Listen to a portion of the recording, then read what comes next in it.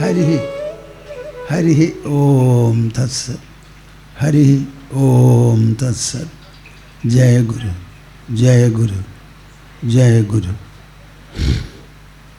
മദീയഹൃദയാകാശേ സദാനന്ദമയോ ഗുരുഃ ഉദേതു സതതം സമ്യക് സ്വാത്മാനന്ദ പ്രബോധകഃ. ഹരി ഹരി ഹരി ഓം തത്സത്. ജയ ഗുരു, ജയ ഗുരു, ജയ ഗുരു. നമുക്ക് എല്ലാവർക്കും കൂടി ഒരു 3 തവണ ഓംകാരം ജപിക്കണം. ഞാൻ പുറത്തു പോയി സംസാരിക്കാൻ തുടങ്ങിയത് മുതൽക്ക് ആരംഭിച്ച ഒരു ശീലമാണത്. നിങ്ങൾക്ക് എല്ലാവർക്കും അത് പരിചയമുള്ളതുമാണ്. കൈ കോർത്ത് മടിയിൽ വയ്ക്കൂ, കഷ്ടപ്പെടാതെ നിവർന്നിരിക്കൂ, കണ്ണടയ്ക്കൂ. ഇത് ജപിക്കുന്ന സമയത്ത് ഓരോരുത്തരുടെയും മനസ്സിൽ ഒരു വിചാരം വേണം, സങ്കല്പം. നമ്മുടെ ഈ കൂട്ടജപധ്വനി ഭൂതലം മുഴുവനും വ്യാപിച്ച് അതിൻ്റെ അനുഗ്രഹ വർഷങ്ങൾ എല്ലാ ജീവജാലങ്ങളിലും ചൊരിയണം എന്നൊരു വിചാരം. ഈ സങ്കല്പം നിങ്ങളുടെ മനസ്സിനെ തന്നെ വളരെയേറെ വിശാലമാക്കി തീർക്കും.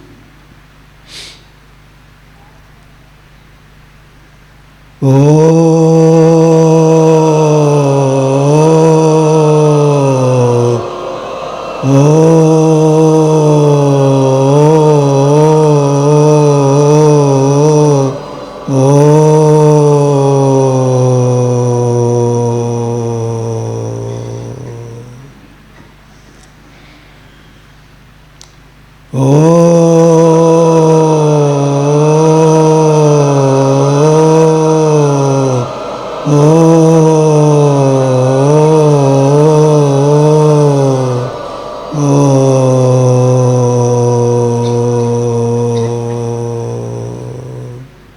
നന്നായില്ലോ, ഒന്നും കൂടി നന്നായിക്കോട്ടെ.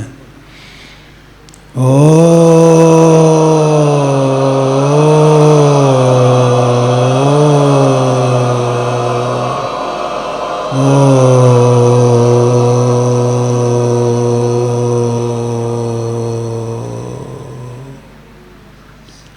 ഹരി ഓം തത്സത്.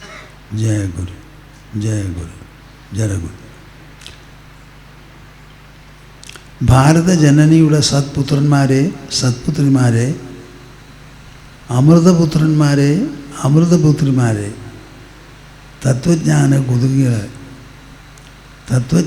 കുതുകികളെ.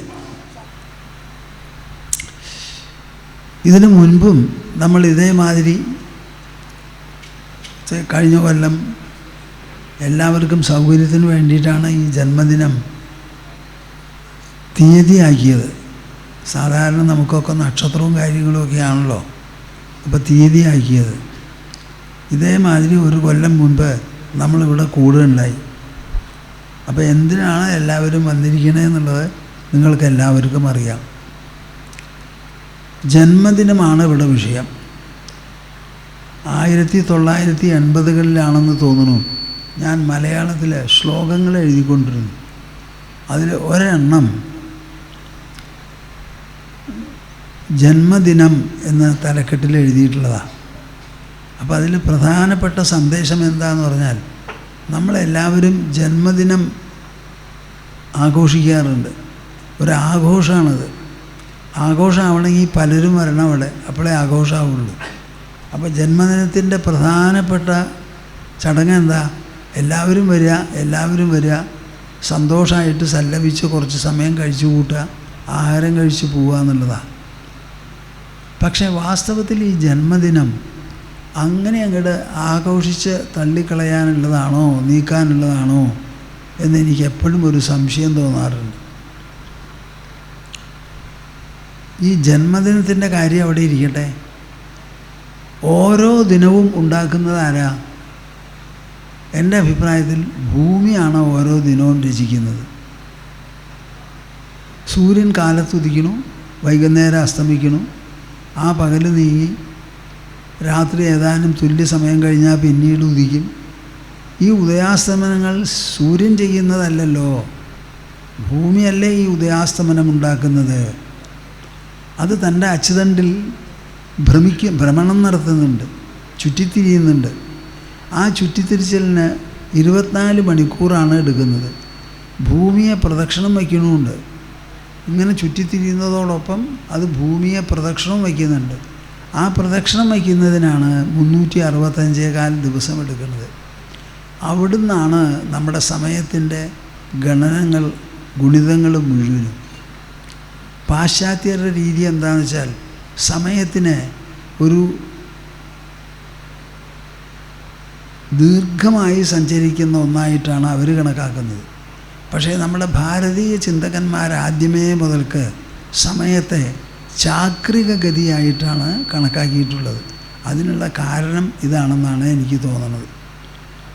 എവിടെ എന്തെല്ലാം ഉണ്ടോ അത് മുഴുവൻ ചാക്രികമാണ്. ശ്രീമദ് ഭാഗവതം അതിനെ ആധാരമാക്കി ഒരു സഹസ്രനാമം രചിക്കാമെന്ന് തീരുമാനിച്ച് ഞാൻ പറയുണ്ടായി.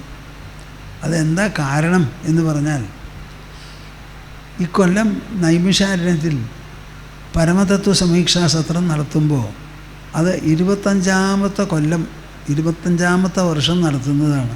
അപ്പോൾ 24 കൊല്ലം കഴിയും. ഇനി വരാൻ പോകുന്നത് 25ാമത്തെ വർഷമാണ്.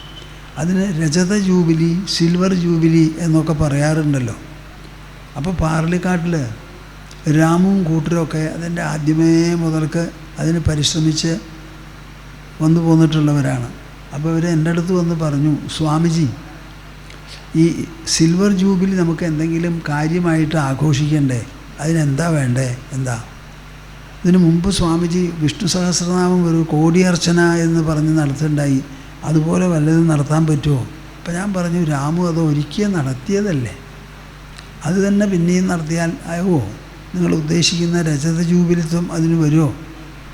അപ്പം എൻ്റെ മനസ്സിൽ പെട്ടെന്ന് തോന്നി, ശ്രീമദ് ഭാഗവതം, ആ ശ്രീമദ് ഭാഗവതത്തെ ആധാരമാക്കി വെച്ചുകൊണ്ട് നമുക്കൊരു സഹസ്രനാമം രചിക്കാമെന്ന്.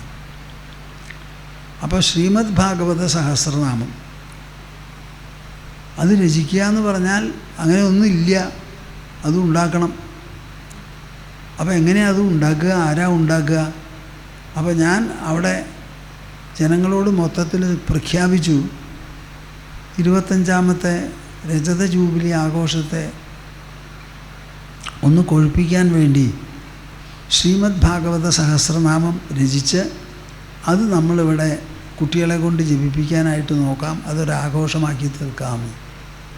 അപ്പോൾ ഞാൻ അങ്ങനെ പറഞ്ഞതിൻ്റെ ഉദ്ദേശം, അത് ചെയ്യാനുള്ള ഒരു നിർബന്ധം എൻ്റെ മനസ്സിൽ പിണയൂലോ എന്ന് വിചാരിച്ചിട്ടാണ്.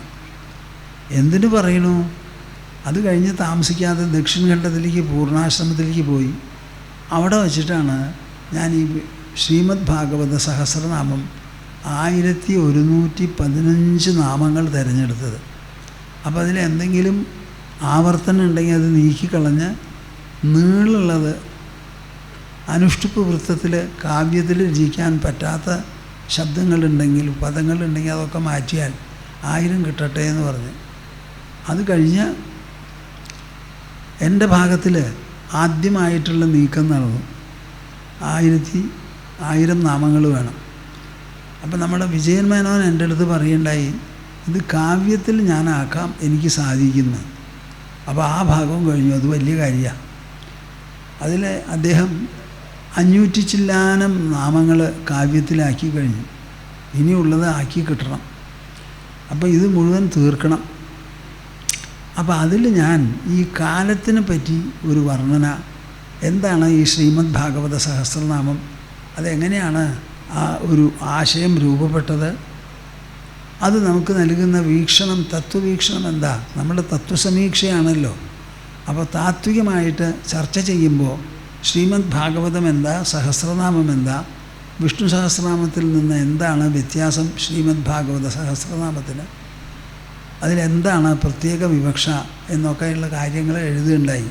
അപ്പോൾ ഈ കാലത്തിനെ പറ്റി ഞാൻ അവിടെ പറഞ്ഞിട്ടുണ്ട്. കാലഗണന നമുക്ക് വളരെയധികം കൂടുതൽ വരെ ചെന്നിട്ടുണ്ട്, പരാർത്ഥം വരെ എത്തിയിട്ടുണ്ട് നമ്മൾ. എന്ന് പറഞ്ഞാൽ കോടി കോടി കോടി കോടിയൊക്കെ ആയി. അപ്പോൾ നമ്മുടെ പൂർവികർ ഈ കാലഗണനയെ വെച്ചുകൊണ്ട് ഇത്രയധികം കടന്ന് ചിന്തിക്കാനുള്ള കാരണം എന്താണ് അതിൽ നമ്മൾ മനസ്സിലാക്കുന്നത്? അതിൽ പ്രതിഫലിക്കുന്ന അവരുടെ മനസ്സിൻ്റെ നില, ബുദ്ധിയുടെ നിലയൊക്കെ എന്നൊക്കെ പരാമർശിച്ച് ഞാൻ എഴുതിയിട്ടുണ്ട്. പ്രസംഗവശാൽ ഞാനത് പറഞ്ഞു എന്ന് മാത്രമേ ഉള്ളൂ. അപ്പോൾ ജന്മദിനം കൊണ്ടാടുന്നത് താത്വികമാവണം, സമ്പൂർണ്ണമാവണം, സമഗ്രമാവണം എന്നുണ്ടെങ്കിൽ ഈ ജന്മദിനം നമുക്ക് ആരാണ് പ്രദാനം ചെയ്യണത് എന്നൊരാലോചന ഇല്ലാതെ പറ്റില്ല. അങ്ങനെ വരുമ്പോഴാണ് ഭൂമിയുടെ ഭ്രമണവും കാലത്തിൻ്റെ ഗതിയും ഒക്കെ ചിന്തിക്കാൻ നമ്മൾ നിർബന്ധിതരാവുന്നത്. സാധാരണ ആഘോഷം അതിൻ്റെ പാട്ടിൽ നടന്നോട്ടെ, ജീവിതത്തിന്, എങ്ങനത്തെ ജീവിതത്തിനും ഒരു മുഷിപ്പ് രചിക്കുന്ന സ്വഭാവമുണ്ട്. ആ മുഷിപ്പ് പോകണമെന്നുണ്ടെങ്കിൽ നമുക്ക് ഇടയ്ക്കിടയ്ക്ക് എന്തെങ്കിലും ഒരു പുതുമ, ഒരു ഉണർവ് വേണം. ശ്രീരാമൻ നല്ല ഭരണം കാഴ്ചവെച്ചു. അപ്പോൾ നല്ലപോലെ രാജ്യം നടന്നുകൊണ്ടിരുന്നു. ജനങ്ങൾക്കെല്ലാം ക്ഷേമം, കഷ്ടപ്പാടില്ല, പഞ്ഞില്ല, പട്ടിണിയില്ല, ഒന്നുമില്ല. അപ്പം അങ്ങനെ ഗുപ്തചരന്മാർ അന്വേഷിച്ച് ഒരു ദിവസം വന്ന് പറഞ്ഞു അത്രേ, എന്താ നാട്ടിൽ വർത്തമാനം? നാട്ടിലോ നല്ല വർത്തമാനം തന്നെയാണ്, പക്ഷേ നല്ലതാണ്, അതാ കുഴപ്പമെന്ന്. ആർക്കും ഒരു വിഷമവുമില്ല, ഒക്കെ സമ്പദ് സമൃദ്ധമായി നടക്കണം. അങ്ങനെ വരുമ്പോൾ ഒരു മുഷിപ്പ് തോന്നാതിരിക്കും. ചെയ്തു നേടേണ്ടതായിട്ടൊന്നുമില്ല, എല്ലാം സമ്പന്നമാണ്. ഒരു വീട്ടിലുമില്ല ക്ഷാമം, ഒന്നിനുമില്ല വിഷമം, അന്നത്തിനുമില്ല, ജലത്തിനുമില്ല, കിടക്കാനുള്ള സ്ഥലത്തിനുമില്ല, വസ്ത്രത്തിനുമില്ല, ഒക്കെ സമ്പദ് സമൃദ്ധ. ഇനി ജനങ്ങളെന്താ ചെയ്യുക? എന്താ ചെയ്യുക? ഒന്നും ചെയ്യാൻ പറ്റില്ല. അപ്പോൾ അവർക്ക് അല്ലാതെ ഒരു ആലസ്യം, സമ്പദ് സമൃദ്ധി കൊണ്ടുള്ള ഒരു വൈമുഖ്യം വന്നിരിക്കുക. അപ്പോൾ ഇത് തീർക്കാനായിട്ട് നമുക്ക് എന്തെങ്കിലും വേണം. എന്നിട്ട് അവർ പറഞ്ഞു അത്രേ, അശ്വമേധയാഗം നടത്തണ്ട. എന്നാൽ അശ്വമേധയാഗം നടത്തിയ കുതിരയെ വിട്ട് അതാരെങ്കിലും പിടിച്ചു കെട്ടിയാൽ അവരോട് പോയി യുദ്ധം ചെയ്യേണ്ടിയൊക്കെ വരും, അത് നല്ലതല്ല. നമുക്കൊരു രാജസൂയയാഗം നടത്തുക എന്ന് പറഞ്ഞു അത്രേ. അപ്പോൾ രാജസ്ഥാനത്ത് നിന്നൊരു രാജസൂയയാഗം നടത്താം എന്നങ്ങോട്ട് തീരുമാനിച്ചാൽ ആ രാജ്യം മുഴുവനും കുലുങ്ങി മറിയും. അങ്ങനെ ഗുപ്തചരന്മാർ വന്ന് സംസാരിച്ചു എന്ന് അങ്ങനെ ഒരു സംഭവം നടന്നിട്ടുണ്ട്. ഞാനിത് പറയാൻ കാരണം, നമ്മുടെ ജീവിതത്തിൽ നിങ്ങൾ എത്ര നല്ല പോലെ ജീവിച്ചോളൂ. ഈ വീട്ടിലുള്ളവരെ എന്നും കാണുന്നവരാണല്ലോ. എന്നും കാണുന്നവരെ കണ്ടാൽ അതിൽ വിശേഷമുള്ളത്? കണ്ടിട്ട് കുറേ കഴിഞ്ഞാൽ മടുക്കും നമുക്ക്. സ്വന്തം ഭാര്യയായാലും ഭർത്താവായാലും അങ്ങനെയാണ്, കുട്ടികളാണെങ്കിലും അങ്ങനെയാണ്. എല്ലാം കുറച്ച് അകന്നിരിക്കണം. അപ്പോഴാണ് രണ്ടാമത് വരാൻ ഒരു വിശേഷം. എൻ്റെ മകൻ വരാൻ പോണു, 6 മാസം കഴിഞ്ഞിട്ടാണ് വരണേന്ന് പറഞ്ഞൊരു ഉത്സാഹം. ഒരു കൊല്ലം മുഴുവനും ഇരിക്കുമ്പോൾ മകനെ വെച്ചുകൊണ്ട് ചെയ്യുക? ഒന്നും ചെയ്യാൻ പറ്റില്ല. അപ്പം നമുക്ക് നമ്മുടെ സമ്പ്രദായത്തിൽ പല ആഘോഷങ്ങളും ഉള്ളത് ഇതേമാതിരി വന്നിട്ടുള്ളതാണ്. 12 മാസത്തെ 4ആയി വിഭജിച്ചു. 4 സംക്രമങ്ങളുണ്ട്. 2ആയിട്ട് വിഭജിച്ചു, ഉത്തരായനം, ദക്ഷിണായനം. ഇനി മാസങ്ങളെ പക്ഷങ്ങളാക്കി, പക്ഷങ്ങളെ ആഴ്ചകളാക്കി, ആഴ്ചകളെ മണിക്കൂറാക്കി. അങ്ങനെ ഓരോ തരത്തിലും പലതരത്തിലുള്ള ആഘോഷങ്ങൾ നമ്മളിവിടെ നടക്കുന്നു. നിങ്ങൾ പറഞ്ഞു കേട്ടിട്ടില്ലേ, ചിങ്ങം വരുവേ വരുമിങ്ങോണം, കന്നി വരുമ്പോൾ നവരാത്രിയുമാം, നല്ല തുലാത്തിൽ ദീപാവലിയും, വൃശ്ചികമാസേ കാർത്തിക ദീപം, ധനുമാസത്തിൽ തിരുവാതിരയും, മകരം വരവേ പൊങ്ങലുമുണ്ടാം, കുംഭത്തിൽ ശിവരാത്രിയുമായി, മീനത്തിങ്കൽ താലപ്പൊലിയും, മേടം വരവേ വിഷുവന്നീടും, ഇടവം വരവേ വൈശാഖവുമാം, മിഥുനത്തിൽ കളി ഒച്ചിറയാം, കർക്കിടകത്തിൽ പുത്തിരിയൂണും. ഇതെന്താ ഈ 12 എണ്ണം?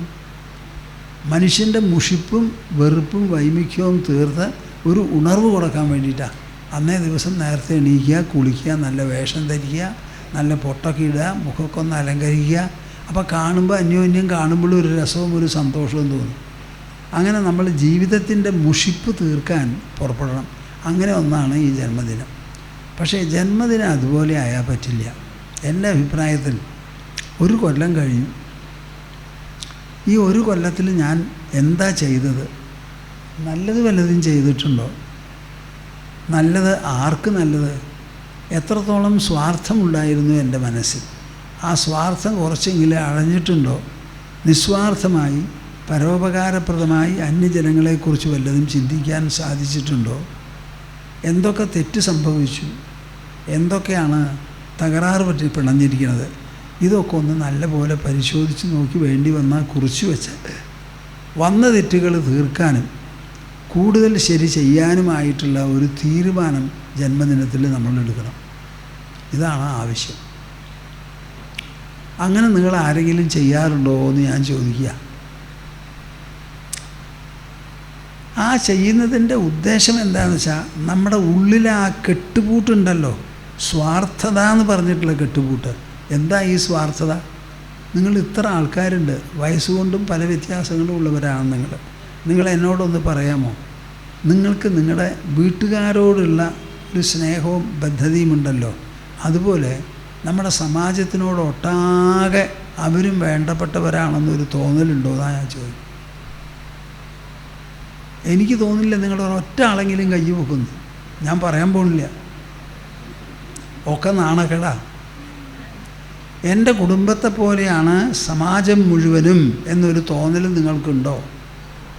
ഞാൻ ഈ രാജ്യത്തിൻ്റെ സന്താനമാണ്, വിശ്വത്തിൻ്റെ സന്താനമാണ്.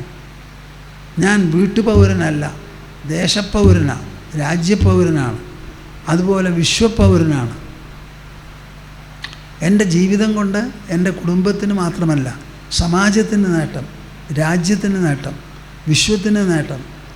ഇത് മൂന്നും കണക്കാക്കിക്കൊണ്ട് വേണം ഞാൻ ജീവിക്കാൻ. എൻ്റെ കുടുംബത്തിന് മാത്രം വേണ്ടി പ്രവർത്തിച്ചാലോ ജീവിച്ചാലോ മതിയാവില്ല. സമാജത്തിൻ്റെ നന്മയ്ക്കും വളർച്ചയ്ക്കും അഭിവൃദ്ധിക്കും വേണ്ടി ഞാൻ എന്തെങ്കിലും ചെയ്യണം. അതുപോലെ വിശ്വത്തിൻ്റെ കാര്യവും കണക്കിലെടുക്കണം. ഇത് അച്ഛനമ്മമാർ കുട്ടികളിൽ വളർത്തിയുണ്ടാക്കേണ്ടതാണ്. മോനെ, നീ ഒരു വീട്ടുപൗരനല്ല, രാജ്യത്തിൻ്റെയും വിശ്വത്തിൻ്റെയും പൗരനാണ്. നിൻ്റെ മനസ്സ് വികസ്വരമാവണം. കാര്യം വീട്ടുകാർ വേണം, സമ്മതിച്ചു. പക്ഷേ വീട്ടുകാരിൽ ഒതുങ്ങുന്നില്ല നമ്മുടെ ജീവിതം. നിങ്ങളുടെ വീട് ഒരു ബൗണ്ടറി മതിലൊക്കെ കെട്ടി ഗേറ്റ് വെച്ചിട്ടുണ്ട്. ആ ഗേറ്റിൽ നിന്ന് പുറത്തേക്ക് കിടക്കുമ്പോൾ നിങ്ങൾ കാലെവിടെയാണ് കുത്തണേ കൂട്ടരെ? നിങ്ങളുടെ ഭൂമിയിലാണോ കാല് വയ്ക്കണത്? കാല് വയ്ക്കണത് ഫുട്പാത്തിലാണ്. ഫുട്പാത്തും റോഡും നിങ്ങളുടെയല്ല. ആ റോഡും ഫുട്പാത്തും ഇല്ലാതെ നിങ്ങളുടെ വീട്ടിൽ നിങ്ങൾക്ക് ജീവിക്കാൻ പറ്റുമോ? അങ്ങോട്ട് കിടക്കാൻ പറ്റുമോ? പുറത്തേക്ക് കിടക്കാൻ പറ്റുമോ? നിങ്ങൾ ധരിക്കുന്ന വസ്ത്രം ആര് നെയ്തതാ? കഴിക്കുന്ന ഭക്ഷണം ആര് കഷ്ടപ്പെട്ട് ഉണ്ടാക്കിയതാ? എന്ത് ജീവിത സൗകര്യങ്ങളുണ്ടോ ആ സൗകര്യങ്ങളൊക്കെ മറ്റുള്ളവർ കഷ്ടപ്പെട്ട് അധ്വാനിച്ച് തരുന്നതല്ലേ.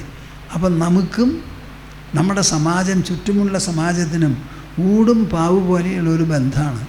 ഈ ബന്ധത്തിനെക്കുറിച്ച് ആലോചിച്ച് നിസ്വാർത്ഥത വളർത്തി പരോപകാരപ്രദമായ ഒരു ശീലവും സ്വഭാവവും ചിട്ടയുമൊക്കെ വളർത്തിയെടുത്തില്ലെങ്കിൽ ആ ജീവിതത്തെ മനുഷ്യജീവിതം എന്ന് പറയാൻ പറ്റില്ല. നമ്മുടെ സംസ്കാര ഭാഷ എന്താണെന്ന് വെച്ചാൽ പരോപകാരാർത്ഥമിതം ശരീരം എന്നാണ്. നമ്മുടെ ശരീരം പരോപകാരാർത്ഥമാണ്, പരോപകാരത്തിന് വേണ്ടിയിട്ടാണ്. അപ്പോൾ കുട്ടികളെയും എല്ലാവരെയും നമ്മൾ പറഞ്ഞ് പഠിപ്പിക്കേണ്ടത് എന്താ? ആദ്യമായിട്ട് ഒരൊറ്റ ആളെ ഉപദ്രവിക്കരുത്. കളവും ചതിയും പാടില്ല, ഉപദ്രവിക്കരുത്. സാധിച്ചാൽ ഉപകാരം ചെയ്യും. സ്വാർത്ഥത നാശകരമാണ്, നിസ്വാർത്ഥത വികസ്വരമാണ്. ഇതാണ് നമ്മൾ പറഞ്ഞ് പഠിപ്പിക്കേണ്ടത്. ഇത് നിങ്ങൾ ആരെങ്കിലും കുടുംബത്തിലെ കുട്ടികൾക്ക് പഠിപ്പിച്ചു കൊടുക്കാറുണ്ടോ? ഇല്ല. മറിച്ചോ കുടുംബം ഇത് എല്ലാവരും പറയുകയും ചെയ്യും. ഈ കുടുംബം തന്നെ എങ്ങനെ ജീവിക്കാൻ പറ്റുമെന്നാണ് പറയണേ? ഒരു കുടുംബം തന്നെ ഒരു ഭൂമിയിലോ അല്ലെങ്കിൽ ഭൂപ്രദേശത്തിലോ ജീവിക്കാൻ പറ്റുമോ? പറ്റില്ല. അപ്പോൾ സ്വാർത്ഥത പോണം. നമ്മൾ അധ്യാത്മത്തിൻ്റെ പേരിലാണല്ലോ ഇവിടെ കൂടിയിരിക്കുന്നത്. ആധ്യാത്മികത എന്ന് പറഞ്ഞാൽ എന്താ? അതിൻ്റെ പ്രവർത്തന രൂപം മനസ്സിൻ്റെ വികാസമാണ്, ബുദ്ധിയുടെ സൂക്ഷ്മതയാണ്. കിൻഡർഗാർട്ടൻ ക്ലാസ് മുതൽക്ക് കോളേജ്, പോസ്റ്റ് ഡോക്ടറേറ്റ് റിസർച്ച് എല്ലാ സ്ഥലത്തും നമ്മളെ പഠിപ്പിക്കുന്നുണ്ട്. എന്താ പഠിപ്പിക്കണേ? ഈ കാണപ്പെടുന്ന ലോകത്തിലുള്ള വസ്തുക്കളെക്കുറിച്ചുള്ള പഠിപ്പ് മാത്രമേ ഉള്ളൂ. നമ്മുടെ ഭാഷയിൽ ദൃശ്യപ്രപഞ്ചത്തെക്കുറിച്ചാണ് പഠിപ്പിക്കുന്നത്. പക്ഷേ ഞാൻ നിങ്ങളോടൊരു കാര്യം ചോദിക്കട്ടെ, നിങ്ങൾ എൻ്റെ കൂടെ ഉണ്ടോപ്പാ? ഞാനൊരു കാര്യം ചോദിക്കട്ടെ, ദൃശ്യപ്രപഞ്ചത്തെ നിങ്ങൾ കാണുന്നത് എവിടെയാണ്? ഒന്ന് പറയും.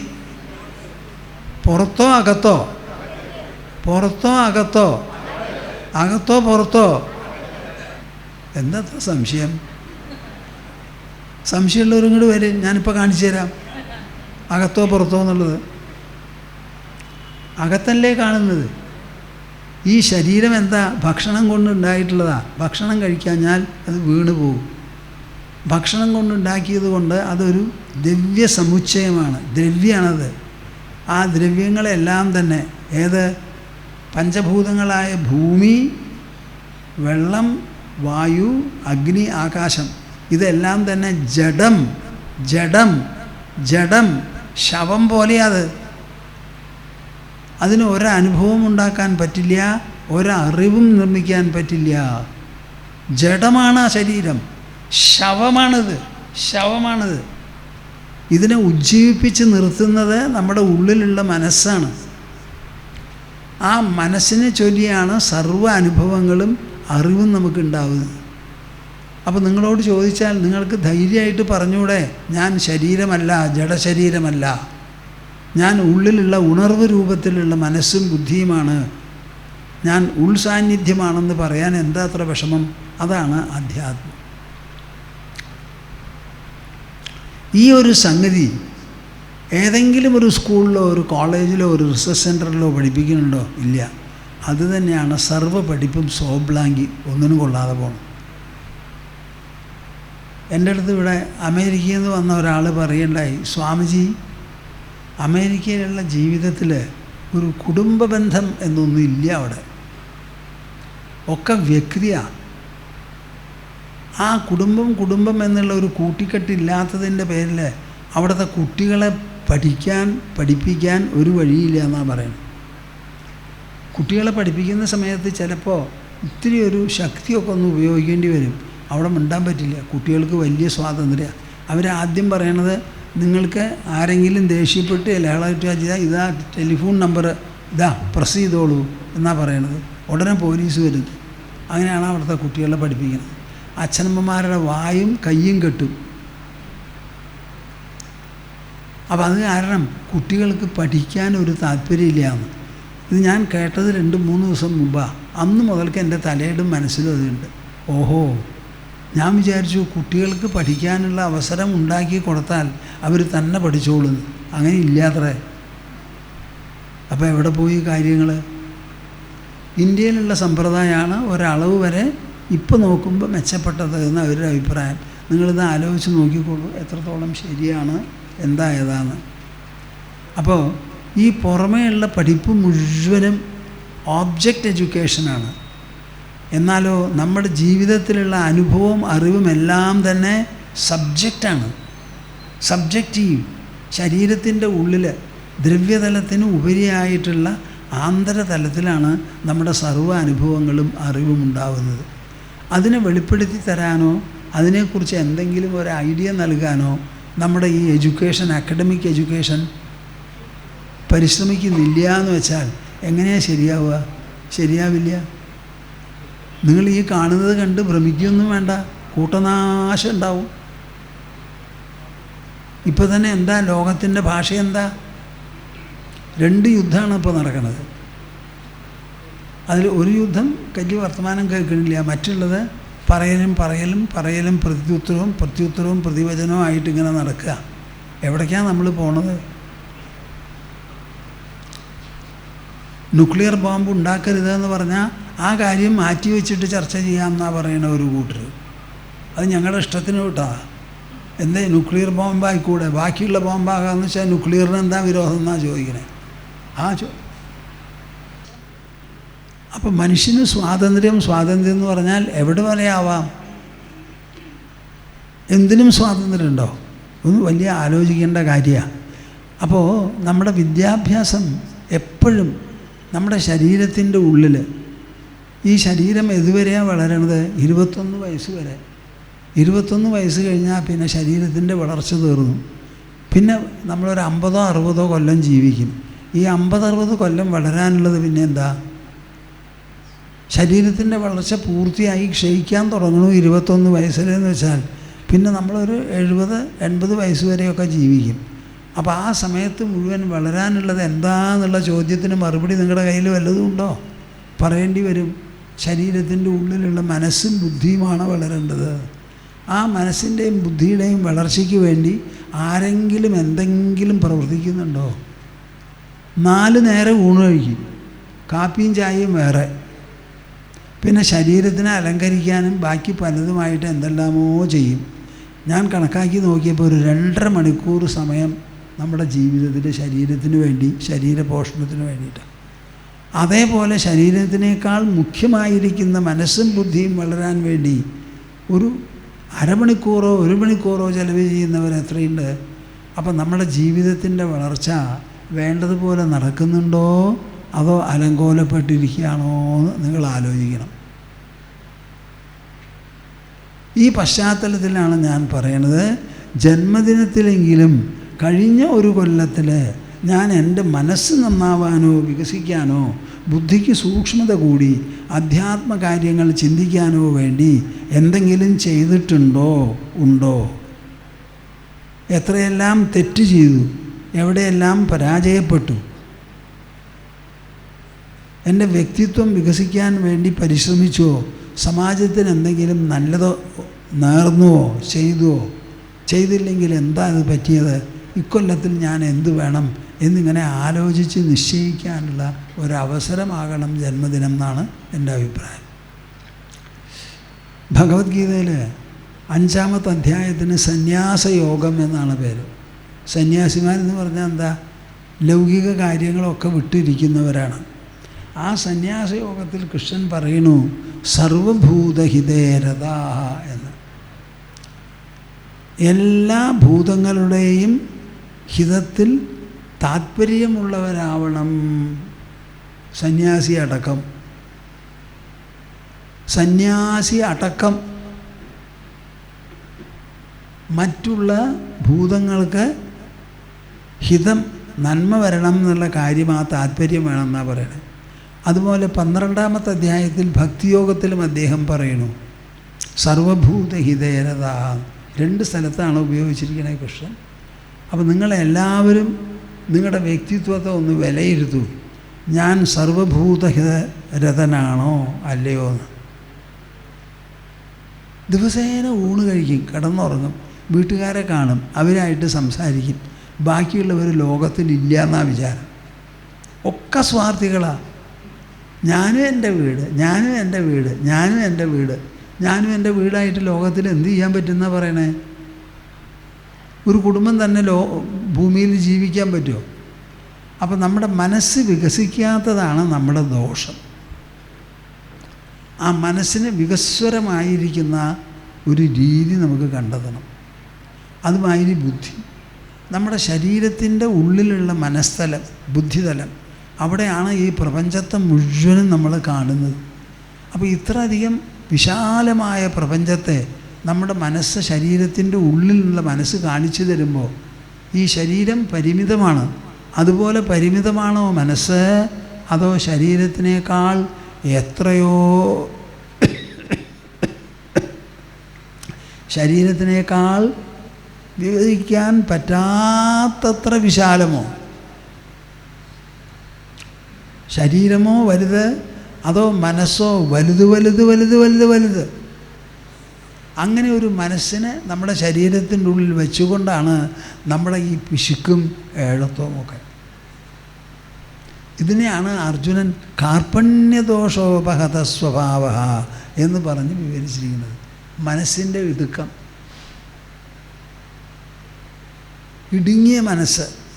ആ ഇടുങ്ങിയ മനസ്സുകൊണ്ടാണ് ഈ ഭീമമായ യുദ്ധത്തെപ്പറ്റി ആലോചിച്ച് എനിക്ക് സമീകരിച്ചെടുക്കാൻ പറ്റാത്തത്. ആ വിഷമം തീർത്തു തരണം, എന്നെ ഉപദേശിക്കൂ എന്ന് പറഞ്ഞ അർജുനൻ കൃഷ്ണനെ ഗുരുവാക്കി നിർത്തി കൃഷ്ണൻ്റെ ശിഷ്യനായി ചമഞ്ഞ് അവർ തമ്മിൽ ഗുരുശിഷ്യ സംവാദമാണ് ഈ ഭഗവത്ഗീതയിൽ നടന്നത്. ഞാൻ അങ്ങയുടെ സ്യാലനല്ല, ശിഷ്യനാണ്, അങ്ങ് എന്നയുടെ ഗുരുവാണെന്ന് പറഞ്ഞിട്ടാണ്. എന്നിട്ട് കൃഷ്ണൻ വേണ്ടതുപോലെ ഉപദേശിച്ച് അർജുനൻ്റെ മനസ്സിനെ വികസ്വരമാക്കി തീർത്തു, ബുദ്ധിയെ സൂക്ഷ്മമാക്കി തീർത്തു. ശരീരത്തിൻ്റെ ഉള്ളിലുള്ള ആ സാന്നിധ്യത്തിൻ്റെ പൂർണ്ണമായ പരിമാണം, അളവ് പറഞ്ഞ് മനസ്സിലാക്കി കൊടുത്ത് അർജുനൻ അത് മുഴുവൻ ഉൾക്കൊണ്ടു ധന്യനായി. സംശയം തീർന്നു, ആശയത്തെളിച്ചം വന്നു, സ്ഥൈര്യം തിരിച്ചു കിട്ടി, ദൃഢനിശ്ചയമുണ്ടായി. അമ്പും വില്ലും എടുത്ത് ഒരു മഹാഭാരത യുദ്ധമല്ല, ഒരു ഡസൻ യുദ്ധം വേണമെങ്കിലും ചെയ്യാൻ തയ്യാറാണ് എന്ന് പറഞ്ഞു. ഇതാണ് അധ്യാത്മം. കൃഷ്ണനും അർജുനനും തമ്മിൽ സംസാരം മാത്രമേ അവിടെ നടന്നുള്ളൂ, വേറെ ഒന്നും നടന്നില്ല. കൃഷ്ണൻ പറഞ്ഞു, അർജുനൻ കേട്ടു, സംശയങ്ങൾ ചോദിച്ചു, തീർത്തു കൊടുത്തു. അവസാനം ആശയത്തെളിച്ചമുണ്ടായി. ഒരു തപസ്സോ അനുഷ്ഠാനമോ ഒന്നും അവിടെ ഉണ്ടായില്ല. അതാണ് ഈ ഭഗവത്ഗീതയുടെ വിശേഷം. അപ്പോൾ ഈ ജന്മദിനം എന്ന് പറയുന്നത് നമ്മുടെ ഒരു ആത്മനിരീക്ഷണത്തിനും ആത്മാവിനെ ഒരു മൂല്യനിരൂപണത്തിനും വേണ്ടിയിട്ടുള്ള ഒരു അവസരമാക്കി തീർത്ത് നിങ്ങൾക്ക് ആകാവുന്ന കുട്ടികളെ വിളിച്ചു കൂട്ടി ഈ ഉള്ളിലുള്ള മനസ്സിനെയും ബുദ്ധിയെയും അന്തരാത്മാവിനെയും പറ്റി എന്തെങ്കിലും ഒന്ന് പറഞ്ഞ് മനസ്സിലാക്കുന്ന ഒരു രീതി നിങ്ങൾ വളർത്തിയെടുക്കും. ചുരുങ്ങിയ തരത്തിലൊരു സത്സംഗം നിങ്ങളുടെ വീട്ടിൽ നടത്തണം. 10 കുട്ടികളെ വിളിക്കുക, പറഞ്ഞ് മനസ്സിലാക്കി കൊടുക്കുക. നിങ്ങൾ ശരീരം മാത്രമല്ല, ശരീരത്തിൻ്റെ ഉള്ളിൽ ഒരു മനസ്സുണ്ട്, ഒരു ബുദ്ധിയുണ്ട്. ഇത് രണ്ടിനെയും കുറിച്ച് മനസ്സിലാക്കാൻ പറ്റില്ല. ശരീരം ജഡമാണ്, അനുഭവമോ അറിവോ ഉണ്ടാക്കില്ല. ഉള്ള അറിവ് മുഴുവനും മനസ്സിനെയും ബുദ്ധിയെയും ചൊല്ലി വരുന്നതാണ്. അവിടെയാണ് സർവ്വ പ്രപഞ്ചവും നമ്മൾ ദർശിക്കുന്നതും മനസ്സിലാക്കുന്നതുമെല്ലാം. എന്നിങ്ങനെ അധ്യാത്മമായിട്ടുള്ള ഒരു പഠനം അവർക്ക് നൽകണം. കുട്ടികൾ നന്നാവണമെങ്കിൽ അത് വേണം. പിന്നെ ആത്മപരിശോധന നടത്തണം, ആത്മനിരീക്ഷണം നടത്തണം. ഇതാണ് എനിക്ക് പറയാനുള്ളത്. 12 മണി വരെ സംസാരിക്കാനാണ് എന്നോട് തീരുമാനിച്ച് പറഞ്ഞിരിക്കുന്നത്. ഞാൻ നിർത്തുക. നിങ്ങളെല്ലാവരും വന്നതിൽ സന്തോഷം. ഈ വന്നതിൻ്റെ ഉദ്ദേശം എന്താണെന്നുള്ളതാണ് ഇന്ന് എനിക്ക് പറയാൻ തോന്നിയത്, ഞാൻ പറഞ്ഞത്. നിങ്ങളുടെ കുടുംബങ്ങളിൽ നല്ല നല്ല കുട്ടികളുണ്ടാവട്ടെ. ചിലരൊക്കെ കുട്ടികൾ ജനിച്ചു കഴിഞ്ഞു എന്ന് പറയും, അങ്ങനെ വിടരുത്.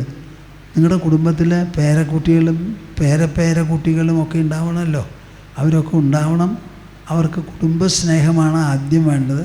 ഒപ്പം സമാജ സ്നേഹവും വേണം, ഈശ്വര വിശ്വാസം വേണം. നല്ല പോലെ പഠിച്ച് മിടുക്കന്മാരും മിടുക്കത്തികളുമായി നമ്മുടെ രാജ്യത്തിൻ്റെയും ലോകത്തിൻ്റെയും തന്നെ സമ്പദ് സമൃദ്ധി വർദ്ധിപ്പിക്കാനായി സഹായിക്കാനും സംഭാവന ചെയ്യാനും അവർക്ക് സാധിക്കണം. ഇതൊക്കെ ആയാൽ എനിക്ക് തോന്നുന്നു ലോകം നന്നാവുന്നു. അങ്ങനെ എല്ലാവരും നന്നായി സന്തോഷത്തോടു കൂടിയിരിക്കും. ഗോവിന്ദനാമ സങ്കീർത്തനം ഗോവിന്ദ ഗോവിന്ദ. നമഃ പാർവതീപതയേ. ഹര ഹര മഹാദേവ.